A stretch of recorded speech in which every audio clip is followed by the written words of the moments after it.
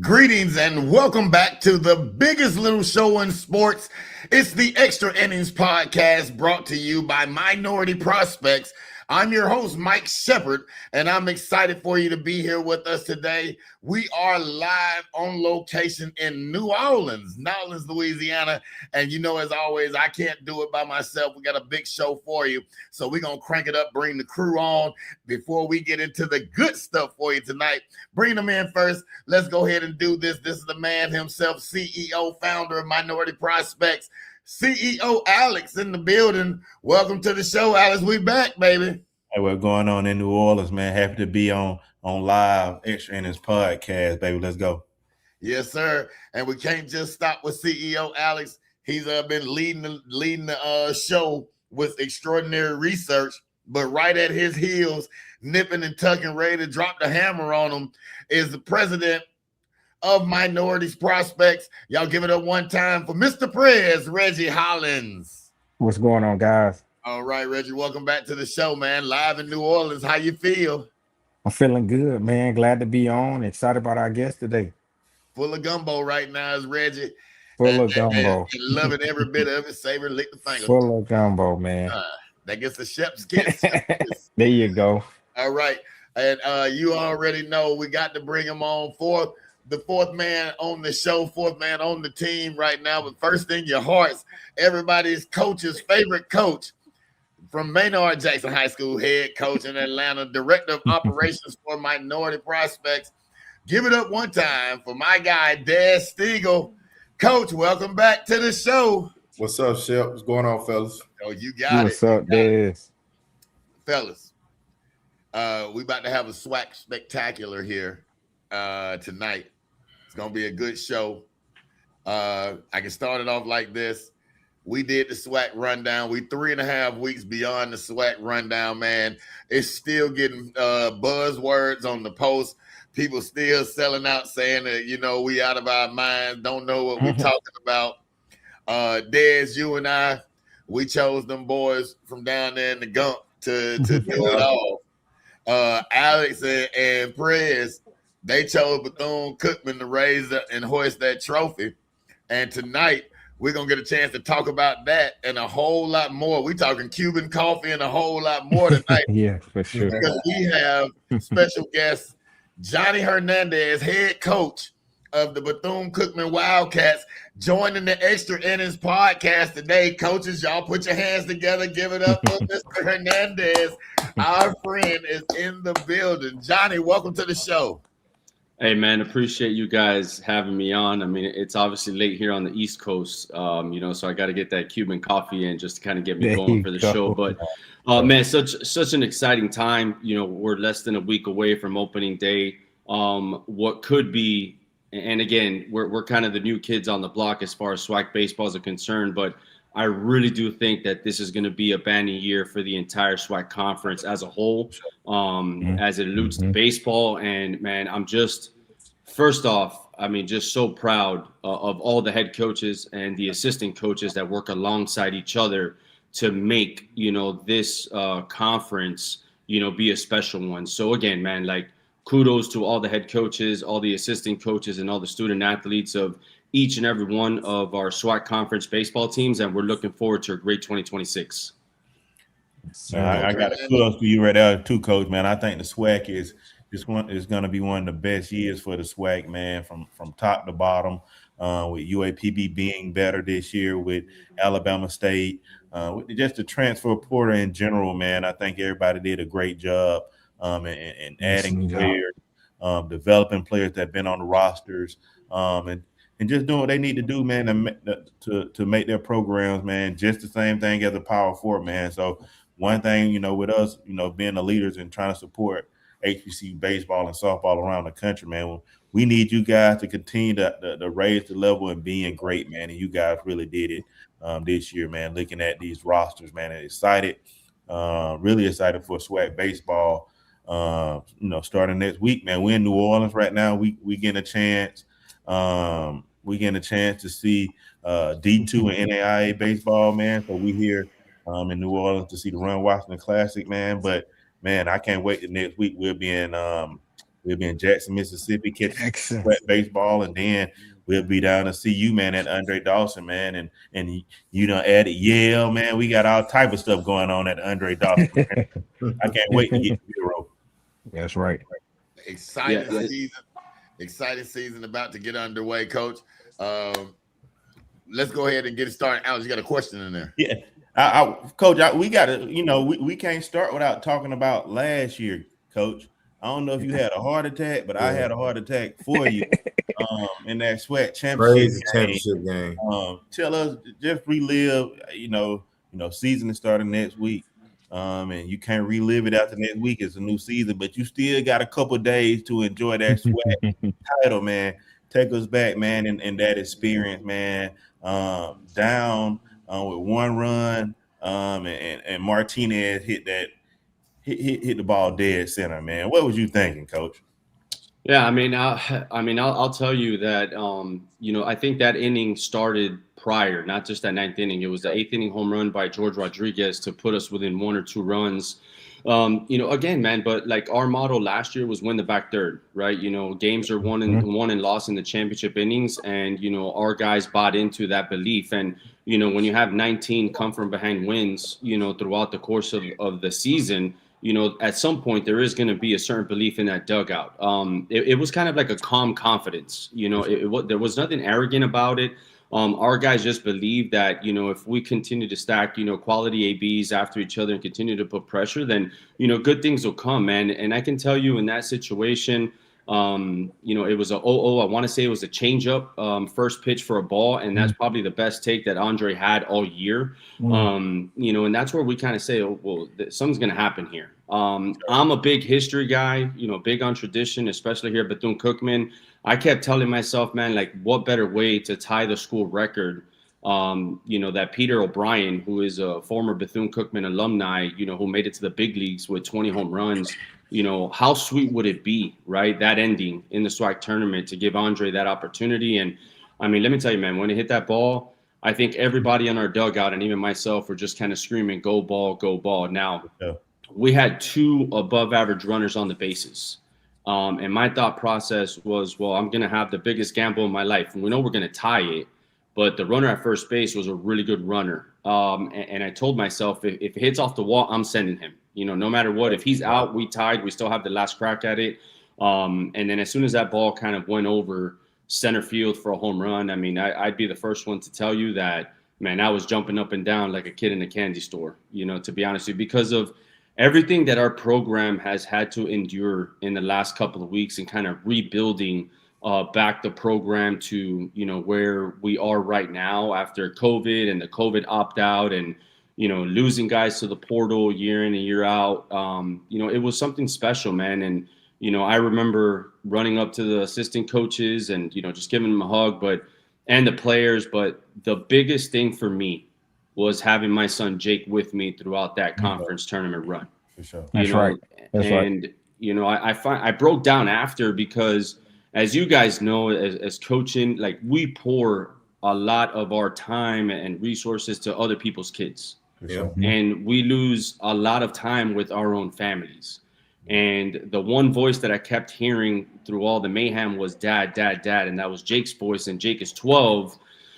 And as soon as, he kind of ran up to me, I broke down, man, and I got emotional. And it was one of those like, hey, now I understand why you go so hard. Now I understand why you miss certain events. Now I understand because I'm able to call you now a champion.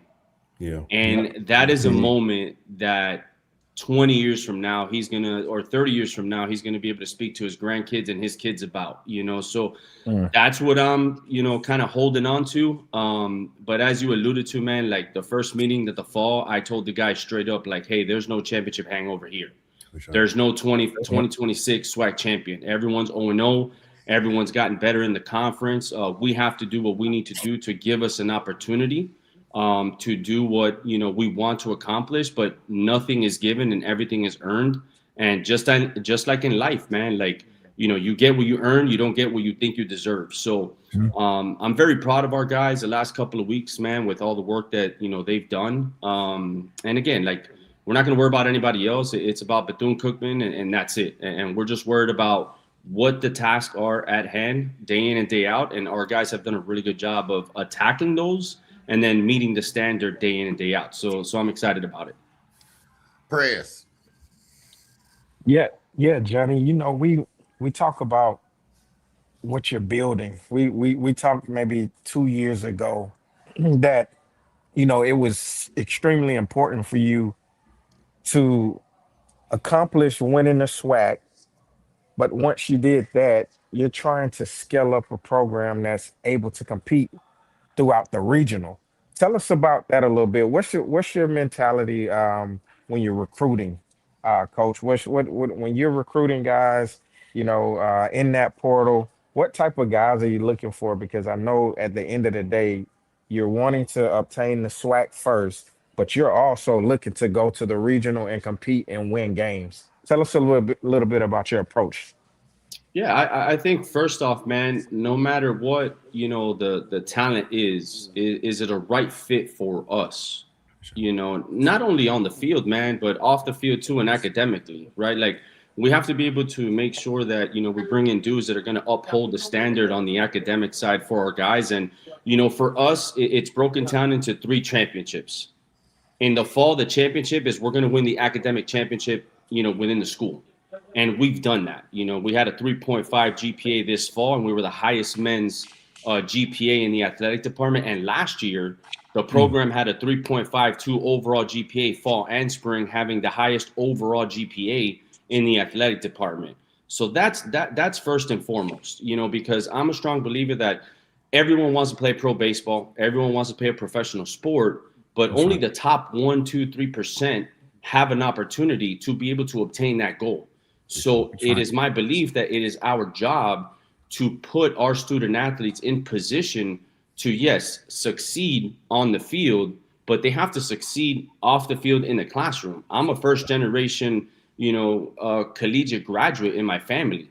I'm the first one in my family to have a master's degree, which I got from Bethune, a couple of years ago. So that means something to me. And for me, it was to provide an example for not only my kids at home, but for our student athletes at Bethune. Like, hey, man, like, we're going to get after it on the baseball field. But I need to make sure that you acquire this degree because of the people that have paved the way, the sacrifices they've made to be able to have you get an opportunity to acquire an academic, degree. So then obviously the second and third championship, right? It's we want to win the SWAC regular season championship, and then we want to win the SWAC, championship. But when it comes down to recruiting, if we want to go and win a regional, and we do not shy away from that. We speak about that in our program. There's belief in our program. I mean, you have to head that dead on. Then we have to acquire the talent that is going to be able to not only compete on the weekends with very good teams that we have in our SWAC conference, but are they going to be able to compete and play at a high level or an elite level against the Miami, the Florida, the Florida State, the UCF. So it's not just a situation where, for us, we're just going to try and just grab anybody that's in the portal. Absolutely not. For us, the portal is kind of plug and play. It's not, we don't put our eggs in that one basket with the transfer portal, right? For us, if it's a high school kid, can the high school kid compete against a Miami, Florida, Florida State, as well as teams in our conference? Sure. If it's a junior college kid, the JUCO kid is going to give us, and in the landscape of college athletics right now, we have to be older in order to be better. Yeah. Because you can't substitute experience. The JUCO guy understands what it means to wake up at 6 a.m. and go lift, and then go to class for 4 or 5 hours, and then turn around and put their body in a good position to compete day in and day out. And then, go to practice and do what they need to do. So for us, man, really, when we're looking at dudes and we recruit nationally, our administration does a really good job supporting what we're trying to do and what we want to accomplish, where we're not confined to just Florida, although baseball is good in Florida as it is in other pockets of the country. But we have to identify and evaluate that student athlete that's going to give us the best opportunity to compete, not only on the weekends in the SWAC, but have an opportunity to compete against the big schools. And that's where we're at. And as you guys know, Bethune-Cookman has always gone to the Miami, Florida State Regional, and 2017 was really good year for the program. where we got to the regional final against Florida, and that was the year that they won the national championship. So, there's a lot of things that we look at, and it's just got to be the right fit, academically, financially, it's got to be the right fit. And then, on the baseball side, it's got to be a right fit for us. For sure. That's awesome. That's Coach, awesome. I definitely appreciate that. And Coach, I want to take this moment right here to really, really commend you with your guys leading athletics at Bethune-Cookman in the way that they did with the academic side of things. Absolutely. That's a huge tip of the hat. That's something that's hugely important to each of us here on the show. With Dez being at the high school level, his guys can never get a chance to see you or talk to you if they don't have academics in order. And so, as a high school teacher, he's forthright about that. And then with the two old ball coaches up here, both of them. Alex was a high school teacher himself, out there at Osborne, then at the U. So we really, really commend you about the emphasis that you put on those academics. Dez, I know you got a question for Coach Hernandez loaded up over here. Let's get to that. I actually got a question, but Coach, I got something from our producer here. We got a question from the chat. We did take questions live from the chat, and somebody wanted to know, you spoke about Florida State. They wanted to know what happened in those base running plays in game 1 of the regional at Florida State, and how do you think those base running mistakes affected the game? Yeah, I mean, you look at the first inning, I think we had first and second situation. We hit a hard line drive out to, I think, right center field, and we get doubled up with a massive opportunity to, get on the board early. I don't think it was nerves. I think the guys were just excited, to be in that situation. Yeah. And those things happen, man. Like, just like with every loss, man, that's an opportunity for growth, right? And, we take that in stride, man. So, again, we had multiple opportunities, not only the base running, but I'll take you back. I think at that Florida State game in game 1 of the regional, we were 1 for 10 with runners in scoring position. So that's been an emphasis, for us this, this fall leading into the spring, is just doing a better job with runners in scoring position when it does, count. So, we work on base running every single day. That's part of our practice plan, man. Our assistant coaches, Coach Cartaya, Coach Allen, our graduate assistant, Coach Vasquez, they do a phenomenal job getting our guys ready, So, for us, man, it's really opportunity for growth and to continue to teach these guys the game of baseball. And just, this one mistake, you see it in the box score, right? The ninth inning,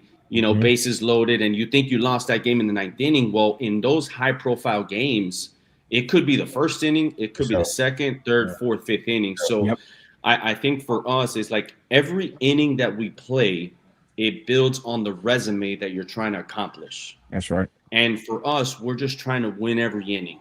And that's been great, man, especially with the continuity of our roster. I think that was a big thing for us, this year leading up. So again, man, like, I don't think it was nerves. I think it was really just excitement, being in that atmosphere.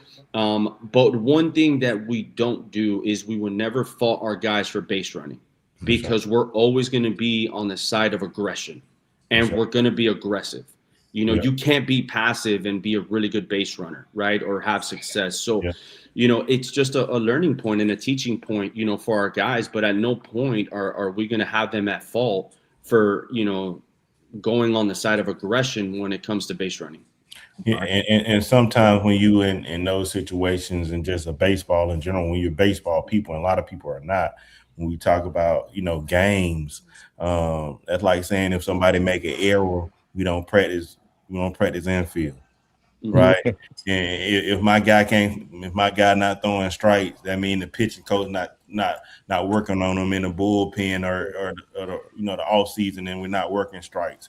Baseball is just like any other sport, man. Things happen in game, out of game, different things happen, man. So, like you say, everything is a learning point. When I lost the state championship, you may talk about, latter parts of the game, but like you said, we had runners on second and third with one out a lot of times that we should have rolled in them first 4 innings. Timely hit. Right. The timely hits, putting the ball in play, man. So like you said, it's a lot more than just one play or two plays, man. A lot of times they come from that beginning of that game where we didn't get the butt down and things like that, Coach.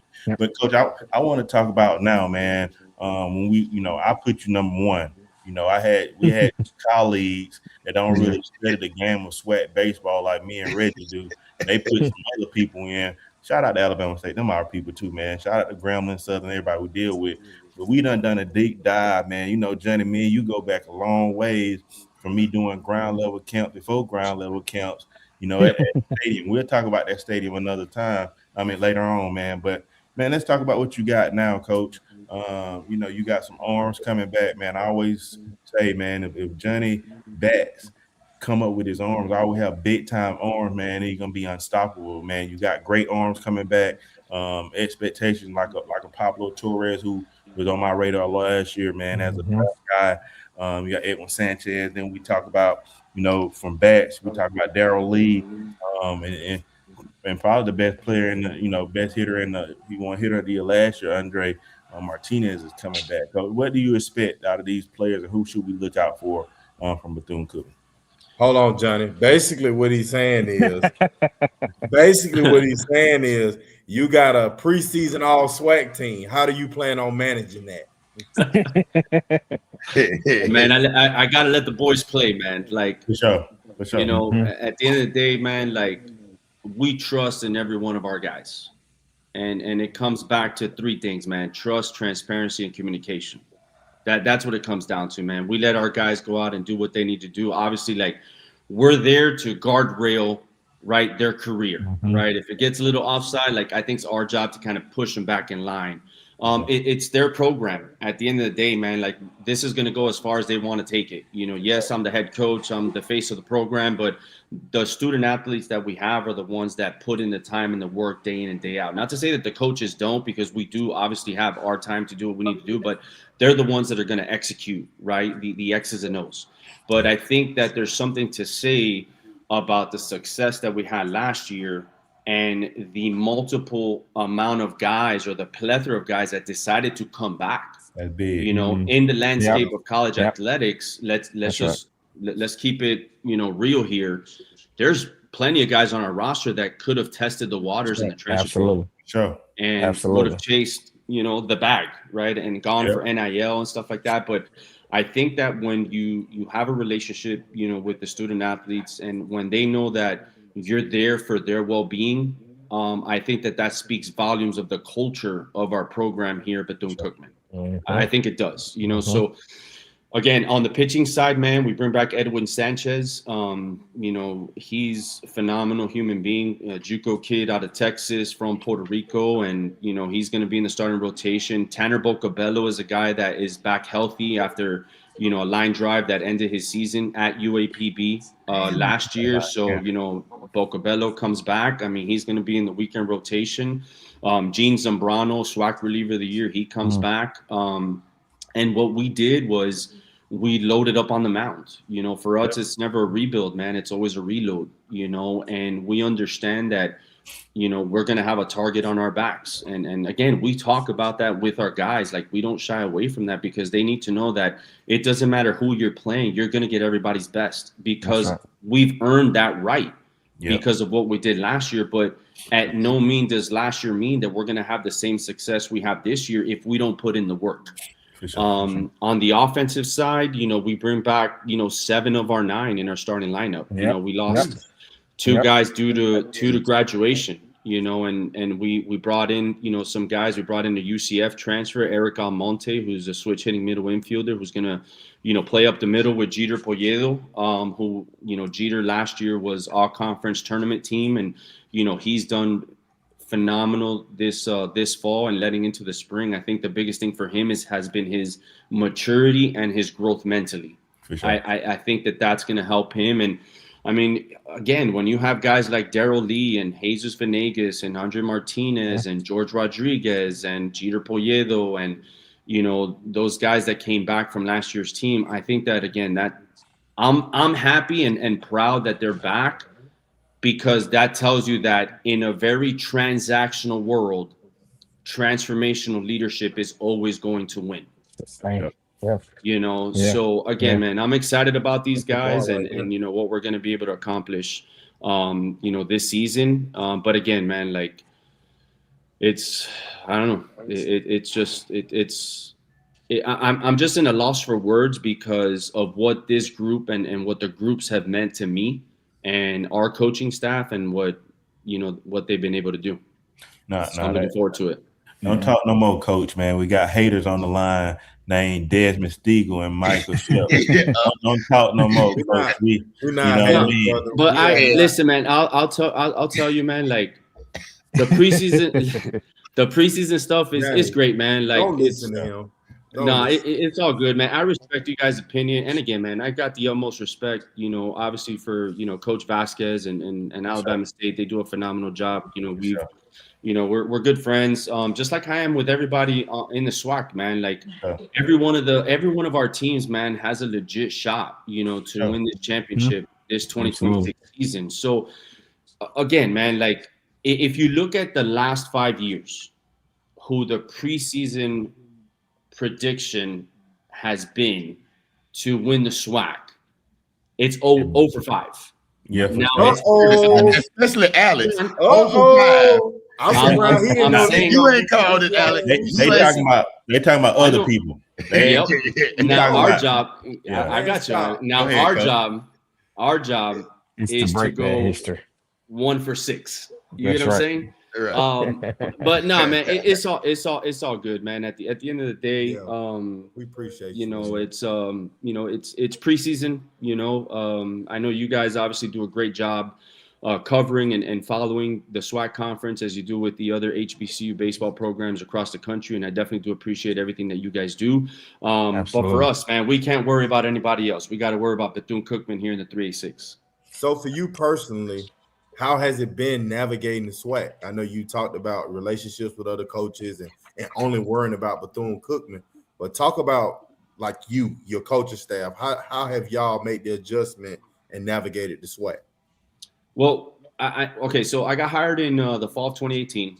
So my first year in the MEAC was was 2019, and that was a roller coaster of a year. We went 17-35. I had a lot of learning, right, and growing to do as a Division I head coach coming in from the JUCO ranks.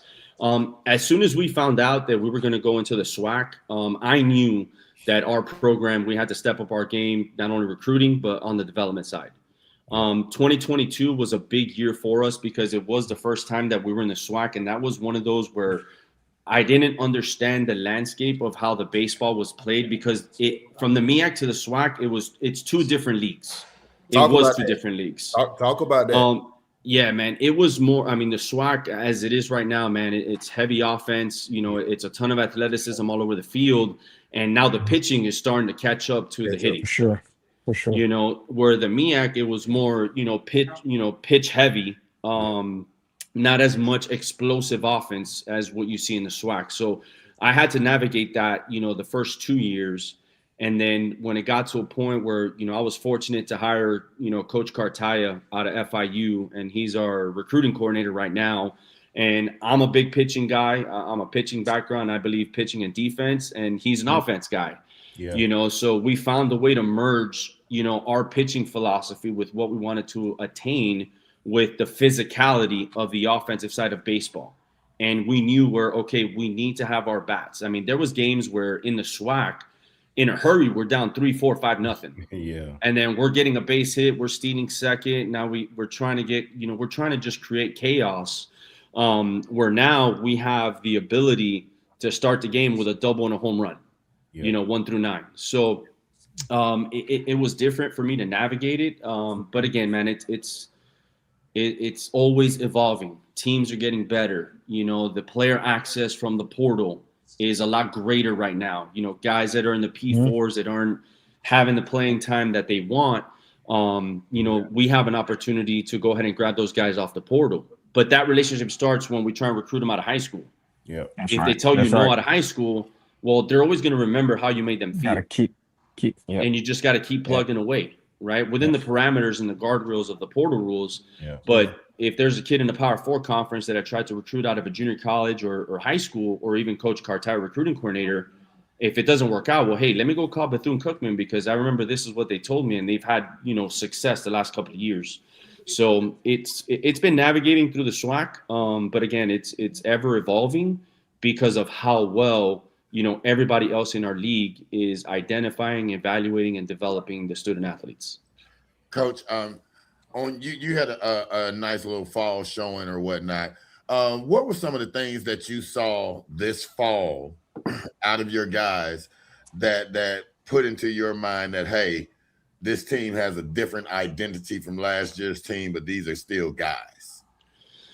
I think the continuity with the staff, and again, I revert back to the continuity of the roster. Like they know what's expected, day one. Not to say that other teams didn't have this mindset, but I think that this year it seems like the team's on a mission, to do something. I think that losing in the regional in the 2 close games that we had against Florida State and a very good Northeastern team, I think that left a sour taste, in our guys', mouth, to be honest with you. So, I think that just a business mindset, man, that they attack every day, and we're trying to go 1-0 every day at practice, in the weight room, in the classroom. Everything ties into each other, and that's where I kind of told myself, and I'm one that I try not get too high on while this is a really good team, but we've only played in the fall against each other or 2 outside games. So you try and keep it kind of even keel. But I can't deny the fact that our guys are getting after it day in, day out. And it seems like, we have a bunch of dudes that are kind of on a mission to send a statement, not only in the conference, but on a national scale as well. Coach, real quick, I know Reg is going to probably talk about your pitcher playing. Go ahead, Reg. Go ahead, Al. Go ahead. Yeah, talk about your pitcher. Morella is getting a chance to play in the World Baseball Classic. Yeah. I know you guys just announced that today. How big is that for Bethune-Cookman having a player of that magnitude playing such a prestigious event? Well, I mean, Justin is before you answer, Johnny, let's clap that up, guys. Yeah. Let's clap that up. Yeah, we got to clap big. that up. No, that's big. That's history, man. Go ahead, Coach. Sorry to cut you off. Thanks, Fred. No, you're good. I appreciate it. Listen, man, like Justin is a phenomenal kid, man. We recruited him out of junior college from Tallahassee State College. Tallahassee State College. That recruiting process was a whirlwind, for us because we knew he was a big time arm. And we offered him pretty early in the fall, and we just stuck through it. I mean, there was times that, I was just like, man, I don't think we're going to get this dude. It's just kind of taking too long. And again, man, Coach Cartaya, to his credit, just told us, hey, man, just let's stick with it. We're going to be okay. We're going to be fine. But he's an exceptional young man. He had an opportunity to represent the Netherlands at the U23 Euro Championships in the fall. Never did I think that he would get an opportunity to represent, the Netherlands at the World Baseball Classic. And it was sometime, during the winter break where that idea was thrown out. And there was days where I couldn't sleep because I just didn't know, if this would be a possibility. Can we let him go? What does the logistics look like? There's just so many things that go in your head because he is a big time piece of our pitching staff. But again, man, like I've worked with USA Baseball for the last 10, 12, 13 years, and I have an opportunity to represent my country. I'm going to do it. So who am I to deny, our student athlete an opportunity to represent their country when you're talking about this is bigger than just me? Like, this is bigger than anybody else. I mean, this is an experience that he's going to be able to cherish for years to come, so it's a great opportunity, not only for Justin, not only for Bethune-Cookman, but I think it's a huge opportunity for HBCU baseball and for the Southwestern Athletic Conference. And again, man, everything that we do is centered around that because I think that this would give, hopefully other players opportunities, right, that maybe weren't afforded before. So we just need Justin to do what he needs to do and represent our conference and our institution in the utmost, at the highest level that he can. And again, it's just a great opportunity for him. And again, man, like I couldn't lay my head on the pillow telling that kid, hey, no, you're not going to be able to go because we have to go play our games.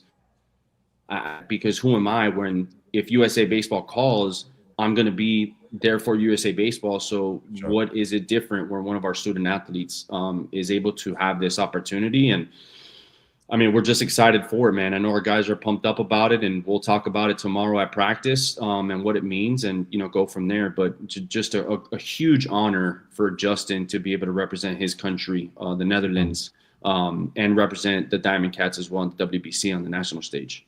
Yeah. Big for HBCU baseball, huge, man. Big for the SWAC, man. Big for us.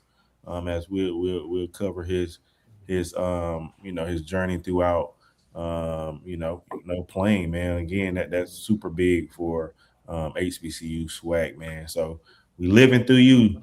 We living through you, Morales, man. And Al, you talk about him getting that opportunity. He's also going to be under the tutelage of Andrew Jones as the manager.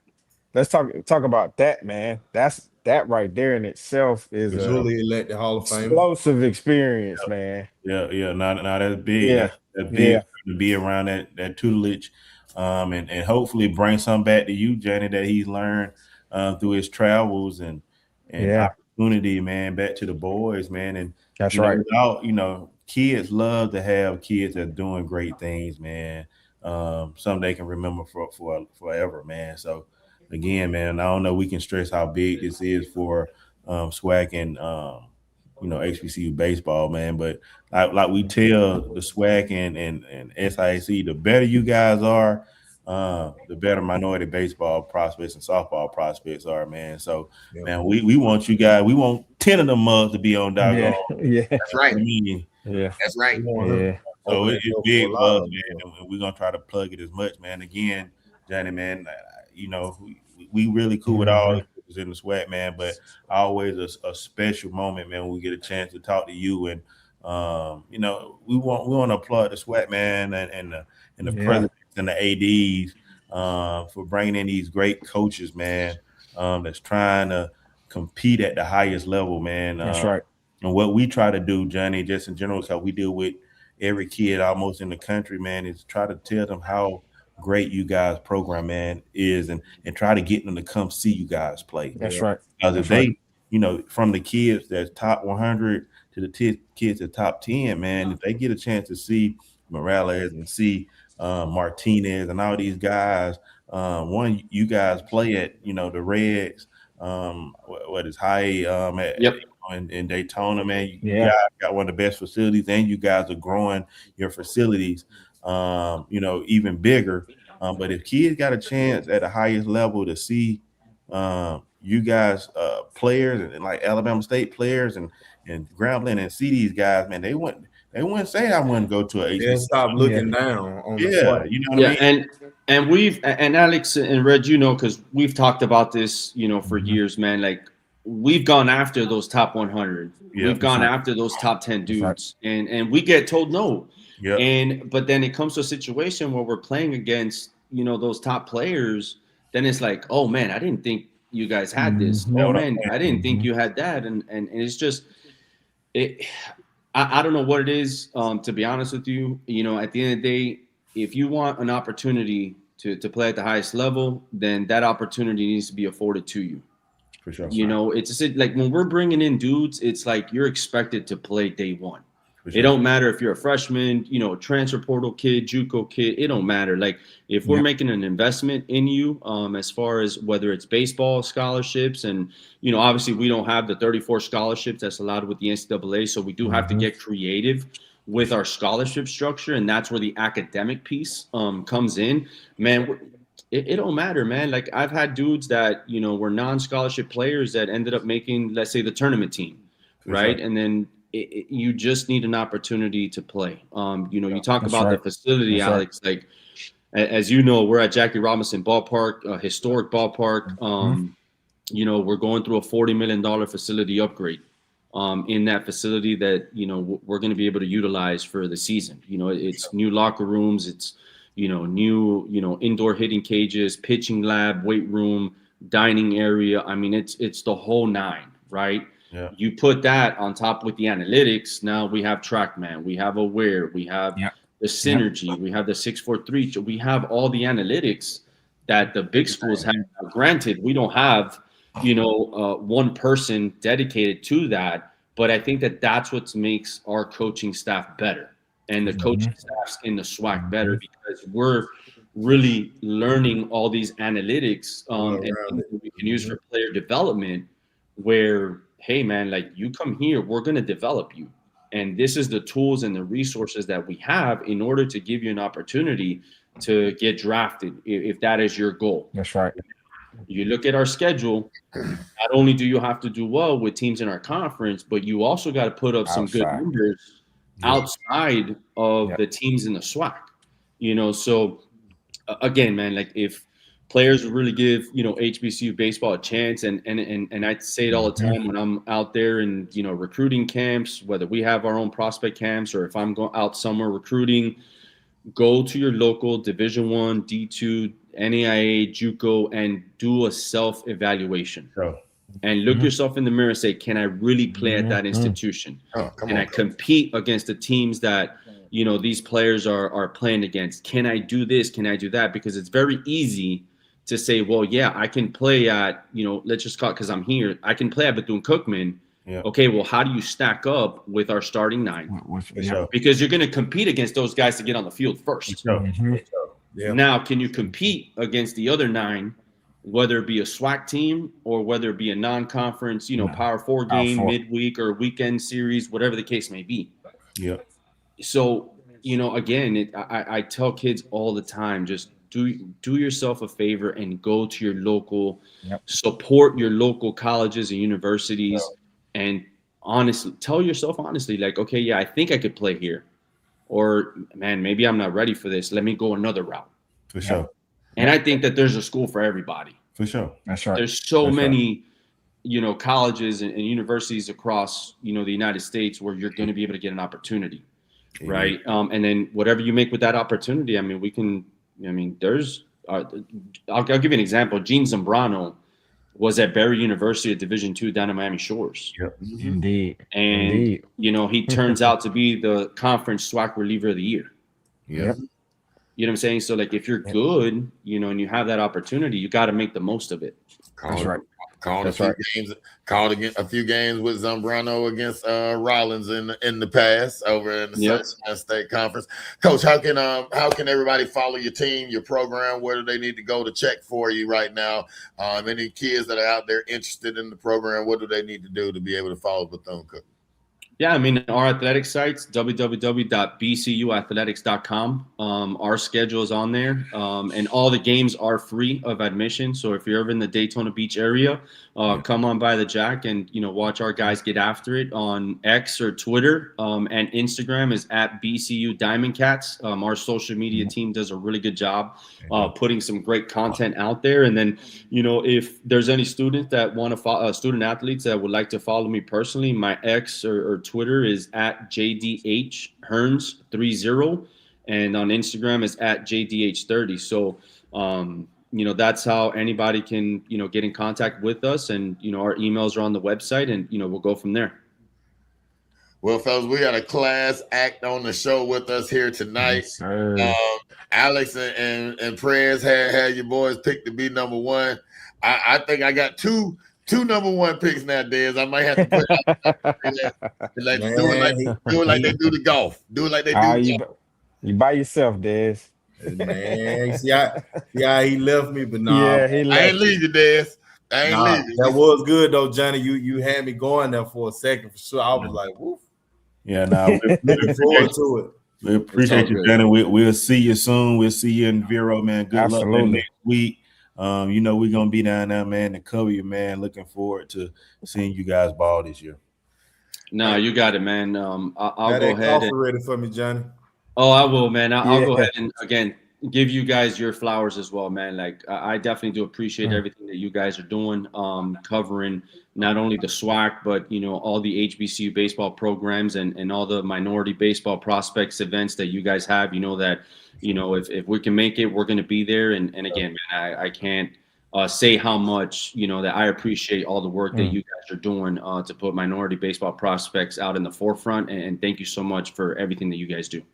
Appreciate you. Thank you. Thank you, Coach. Johnny, Good man. luck, Johnny. Man, good Go luck, get it, man. Coach. Get some rest, man. We know it's late over there on the East, man. We in New Orleans, got to cover some ball, man. But we appreciate you, Coach. All right, you got it. Hail Wildcats. For sure. All right, thanks, Johnny.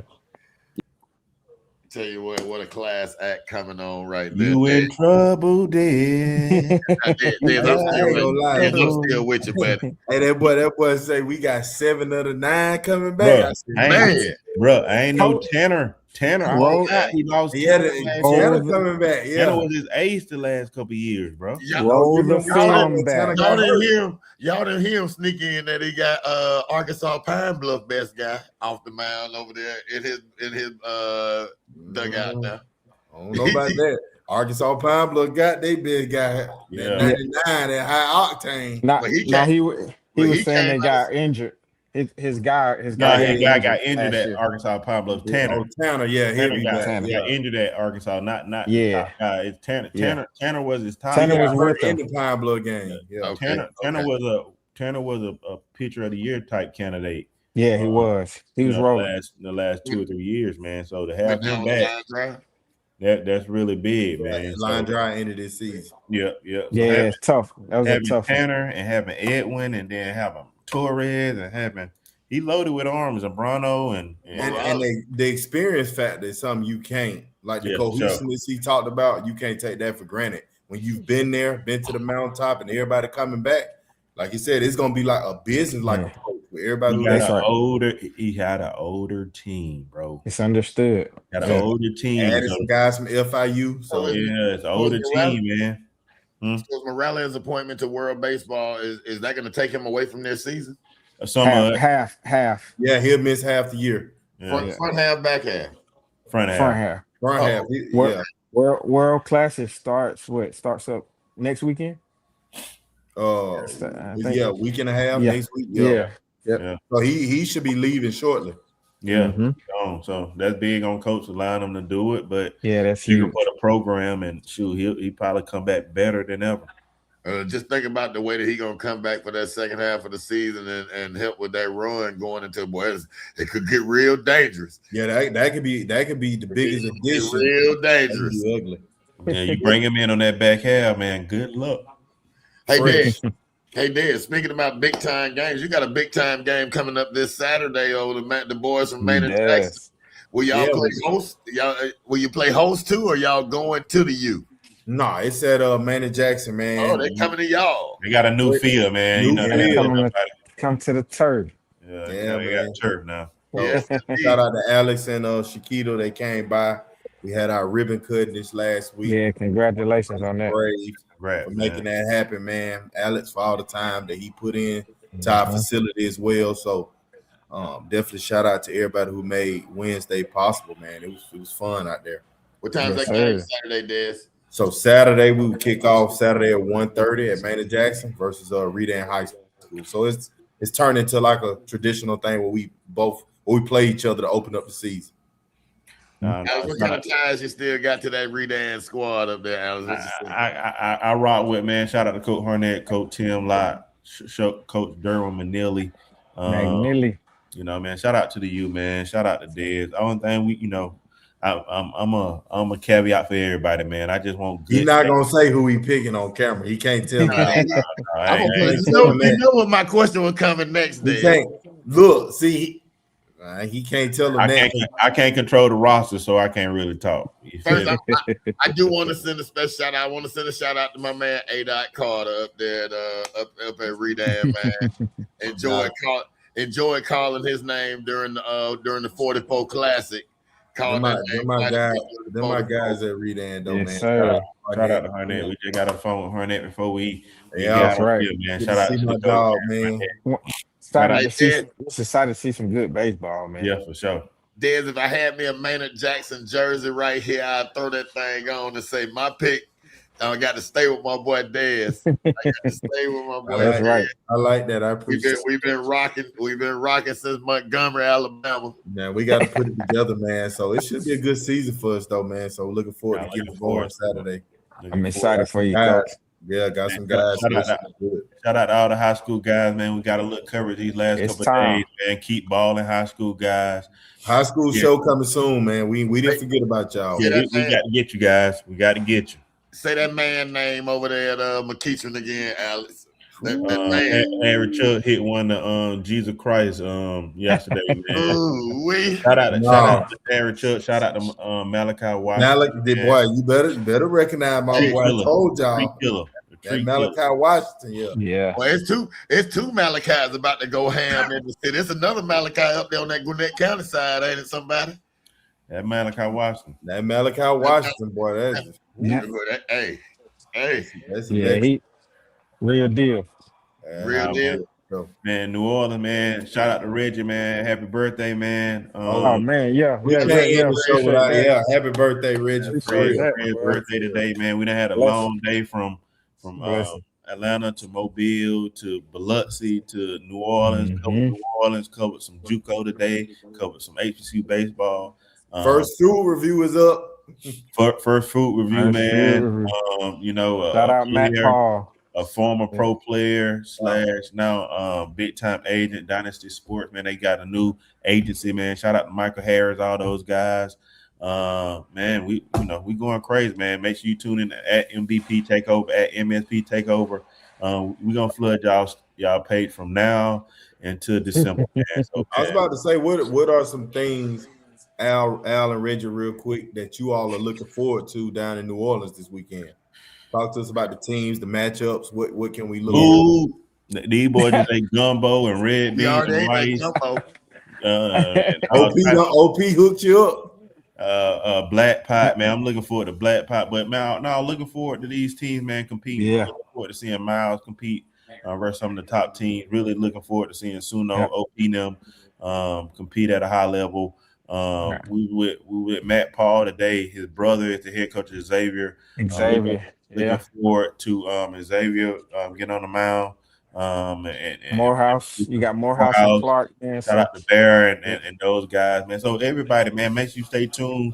First game, I think tomorrow, Rust and Rust, Miles. And I think it's Rust and Lane. I think is that first game, man. But from 8:00 CST time to 7:00, 8:00 at night, man. We'll be covering all night, man. Make sure you check out. Appreciate you, brother. Hardest working man in show business. Hey, man. Yes, sir. Somebody got to do it. If we don't do it, who will, man? It's gonna be live. It's gonna be live drops and reels Friday tomorrow, boy. We start Mardi Gras. We bringing Mardi Gras to New Orleans. That's what we do. But then we have Cam over there, man, covering play-by-play, man, for you guys, man. So excited to see you guys this weekend. I say we dropping content from Atlanta to New Orleans. For sure. If you in the Atlanta area, we need you at Manny Jackson High School Saturday at 1:30, man. For sure. Make sure you like and subscribe, man, as the HN podcast continue to get bigger. Content going crazy. MVP Takeover. Make sure you follow Dez on social media. Mike, Fred. Make sure you follow me, man. Looking forward to a big week, man. Great show tonight, man. Big time, man. Johnny, man. Shout out to Johnny. Gyms. Man, I'm excited to see Sweat Baseball this week, man. Damn. Yes, sir. Yes, sir. Vero, we be down in a minute. Here we go. Vero. See you soon. Yeah, see you soon, Vero, man. See you next week, man. Jackson, Mississippi. Go get me a pan trout. Go get me a pan trout. Pan trout. Get me a pan trout, man. Shout out to Whiteside. All right. Well, as always, man, it's been a great edition, another edition of Extra Innings Podcast. CEO Alex, Prez, Dez, I'm Mike Shep. We've been locked in. You've been listening in. It's the biggest little show in sports, the Extra Innings Podcast. We'll be right back here with you. Stay locked to our social media because you might mess around and see us on a pop-up episode sometime within the next few hours. We'll talk to you later. From everybody to all you guys, be safe and have a great evening.